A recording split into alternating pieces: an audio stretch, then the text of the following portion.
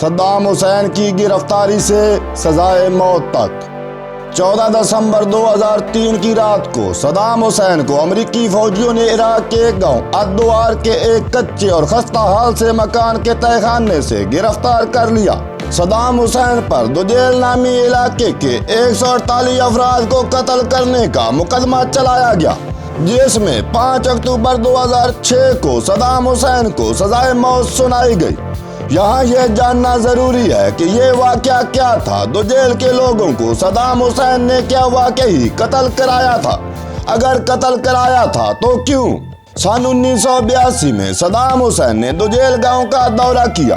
دوجیل کے بہت سے لوگ عراق ایران جنگ میں بڑی دلیری سے صدام حسین کے حق میں ایران سے لڑ رہے تھے۔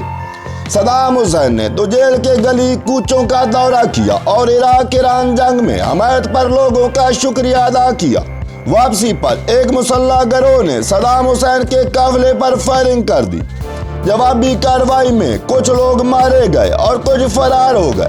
اس کے بعد صدام حسین نے دوجیل میں فوجی آپریشن کروایا اور جن لوگوں پر شبہ تھا کہ انہوں نے حملہ کیا ہے ان کو گرفتار کر لیا گیا، جن کی تعداد 150 کے لگ بھگ تھی۔ بعد میں ان کو قتل کر دیا گیا۔ اسی مقدمے میں صدام حسین کو انسانی حقوق کی پامالی اور ان کے قتل کے جرم میں سزائے موت سنائی گئی۔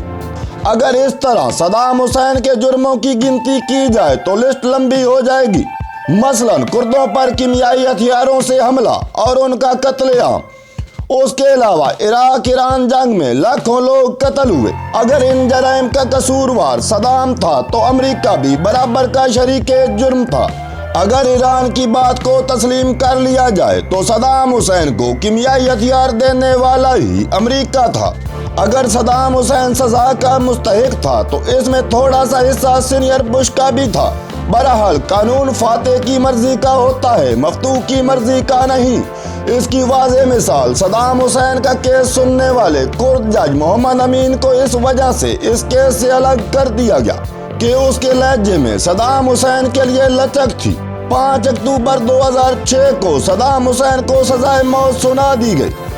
اس کے بعد عراقی حکومت نے امریکہ سے مطالبہ کیا کہ صدام حسین کو عراقی حکومت کے حوالے کر دیا جائے، جسے امریکی حکام نے مسترد کر دیا کیونکہ ان کو خطرہ تھا کہ عراقی حکام کسی دباؤ کے تحت صدام حسین کی سزائے موت کو کہیں عمر قید میں تبدیل نہ کر دیں۔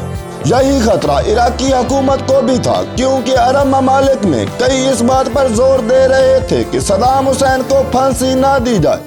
29 اور 30 دسمبر کی درمیانی شب کو صدام حسین کو ایک ہیلی کاپٹر کے ذریعے عراقی حکام کے حوالے کر دیا گیا۔ صبح 5 بجے کے قریب صدام حسین کو بغداد شہر کے قریب ایک جیل کے کمرے میں لایا گیا، جہاں نقاب پوش محافظ، جلاد اور کچھ لوگ موجود تھے۔ صدام حسین کو پھانسی گھاٹ پر لایا گیا۔ صدام حسین کے ہاتھ میں قرآن مجید تھا جو اس نے قریبی محافظ کو پکڑا دیا۔ صدام حسین نے منہ پر کالا کپڑا پہننے سے انکار کر دیا۔ اس کے بعد صدام حسین کے ہاتھ پیچھے باندھ دیے گئے۔ صدام حسین کے پاؤں کو بھی رسی سے باندھ دیا گیا۔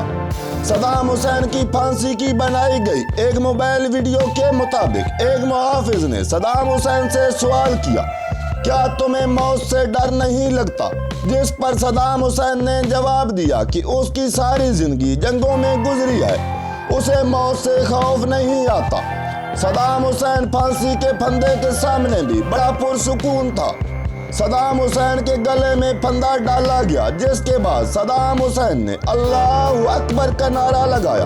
اس کے بعد کلمہ شہادت پڑھنا شروع کیا۔ ابھی صدام حسین کلمہ مکمل نہ کر پایا تھا کہ نیچے سے پھٹا ہٹا دیا گیا۔ صدام حسین کا جسم جھول گیا اور کمرے میں موجود لوگوں نے گردن کی ہڈی ٹوٹنے کی آواز سنی۔ صدام حسین کا جسم تقریباً 10 منٹ تک پھندے پر لٹکا رہا، اس کے بعد اتار لیا گیا۔ عراق کی عوام جب عید الاضحیٰ کی تیاری میں مصروف تھی، اس وقت صدام حسین کو پھانسی دے دی گئی۔ صدام حسین کی لاش کو اس کے آبائی گاؤں تکریت میں دفن کیا گیا۔ مجموعی طور پر صدام حسین کیسا شخص تھا؟ صدام حسین کی موت عربوں کے لیے فائدہ مند ثابت ہوئی یا نقصان دہ؟ ایک مکمل تفصیلی تجزیہ اگلی قسط میں پیش کیا جائے گا۔ اس کے ساتھ ہی اجازت دیجیے، والسلام۔